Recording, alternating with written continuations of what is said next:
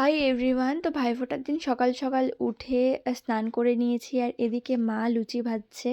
তো আগের থেকে তো আমি শাড়ি কিছুই সিলেক্ট করে রাখিনি, সেদিনই উঠে যেটা আমার চোখে পড়েছে আলমারি খুলে আমি সেটাই বার করে নিয়েছি, আর ব্লাউজটা ছিল বৌদির। তো এই যে সুন্দরভাবে রেডি হয়ে নিয়েছি, তোমরা কিন্তু অবশ্যই জানিও যে আমাকে কেমন লাগছে।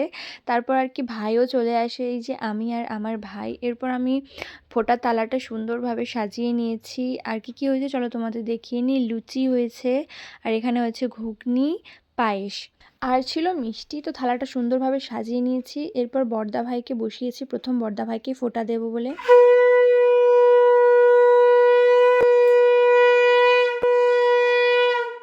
ফোঁটা দেওয়া তো হয়ে গেল, এবার বড়দা ভাইকে আমি প্রণাম করছি, আর বড়দা ভাইও এখানে আমাকে আশীর্বাদ করলো। এরপর ছোটদা ভাইকে বসালাম, কারণ ছোটদা ভাইকে এবার ফোঁটা দেব আমি।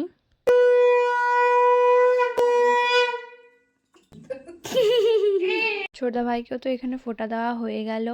তো ছোটদা ভাইকেও প্রণাম করে নিয়েছি, তারপর আমাকে আশীর্বাদ করলো ধান দ্রব্য দিয়ে। এরপর বসেছে হচ্ছে আমার ভাই।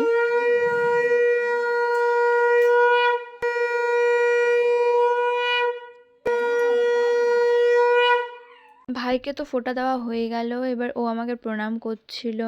তো আমি ভালো করে পাটা এগিয়ে দিয়েছি যে ভালো করে প্রণাম কর। তো তারপর ওকে আমি আশীর্বাদ দিলাম, আর এই যে আমি এগুলো পেয়েছি। বড়দা ভাই আমাকে 200 টাকা দিয়েছিল, ছোটদা ভাই 200 দিয়েছিল, আমার ভাই আমাকে 500 টাকা দিয়েছিল।